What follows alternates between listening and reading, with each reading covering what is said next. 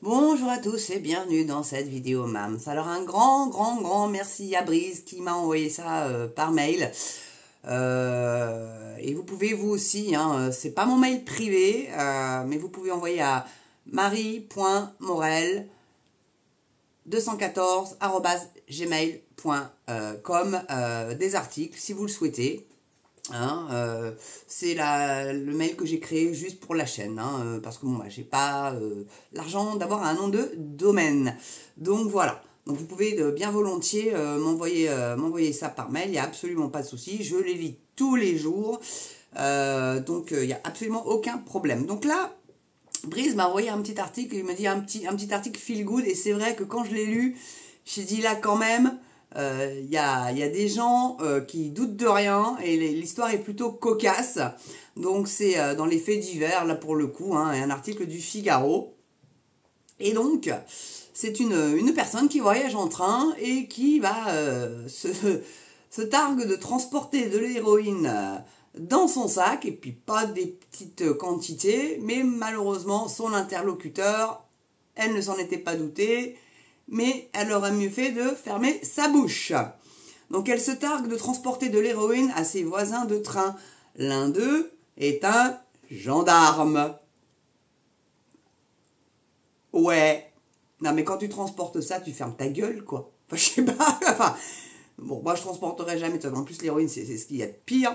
Mais les drogues dures, je suis tout à fait con. Les drogues douces, bon, bah, il y a le CBD, petite infusion de CBD, des fois le soir pour aider à dormir. Il y a même en crème, en baume à lèvres. Voilà, vous pouvez faire, c'est plutôt sympa. C'est très très faible en THC, honnêtement, voilà. Donc la jeune femme originaire de l'Aisne est jugée en comparution immédiate ce vendredi après-midi. Bah oui, vous vous doutez bien qu'elle a dû avoir un petit comité d'accueil, hein.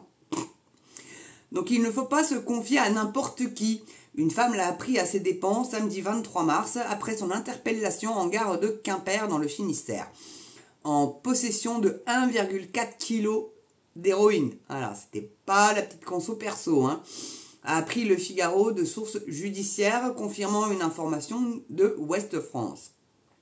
Lors de son trajet en train qui reliait Paris à la ville finistérienne, la femme se serait épanchée sur le contenu illicite de son sac, selon nos confrères du Télégramme.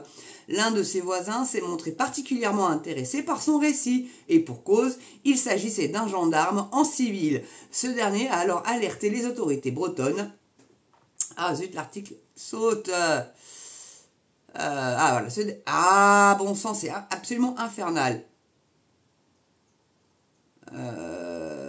Ce dernier donc a alors alerté les autorités bretonnes qui lui ont préparé un comité d'accueil. Bah tu m'étonnes. La jeune femme originaire de l'Aisne qui voyageait sans titre de transport, en plus elle cumule, a été interpellée vers 17h30 à la sortie du train par une patrouille de police venue constater la présence de l'importante quantité de stupéfiants. Elle a été placée en garde à vue jusqu'à mercredi. Une enquête a été ouverte par le parquet et son procès en comparution immédiate a lieu ce vendredi après-midi, donc vendredi dernier. Mais enfin, elle n'était pas très fut-fut quand même, la nana, mine de rien. Tu transportes une quantité comme ça, mais t'es discret. Mais qu'est-ce qu'elle lui a pris de parler? Enfin, tu sais jamais sur qui tu peux tomber, quoi. Puis même, tu transportes pas de la drogue comme ça, et encore en plus sans titre de transport. Donc il aurait fallu qu'elle paye son ticket, il aurait fallu qu'elle ouvre son sac. Donc le contrôleur, lui de la SNCF, aurait vu qu'il y avait quelque chose dans le sac, parce qu'un kilo, plus d'un kilo, je suis désolée, mais c'est pas tout ch'tio, quoi. Donc, bon, bref. La nana, elle n'a pas la lumière à tous les étages. Elle doit voter LFI, cette nana-là, non? Qu'est-ce que vous en pensez, vous? Je vais encore me faire des potes, tiens. Enfin, je mélange pas LFI et le PS, hein. C'est vraiment à part. Encore que, le PS, les pauvres, là, ils sont un peu en berne. Ils essayent de se redorer le blason, là, pour les européennes. Mais bon, à mon avis, c'est foutu. C'est la droite souveraine qui va gagner. Bien évidemment. Alors, on regrette que Dupont-Aignan, pardon, je le répare. Pardon, monsieur Dupont-Aignan, s'est retiré pour se focaliser sur les présidentielles, comme je l'ai dit d'ailleurs dans une précédente vidéo, mais bon, les chances sont très minces quand même, malgré que, cet homme-là a quand même beaucoup de bon sens et un bon lanceur d'alerte, tout comme Philippot. Philippot, il doit faire un gros score, vu que Dupont-Aignan s'est retiré. Philippot devrait faire un grand score.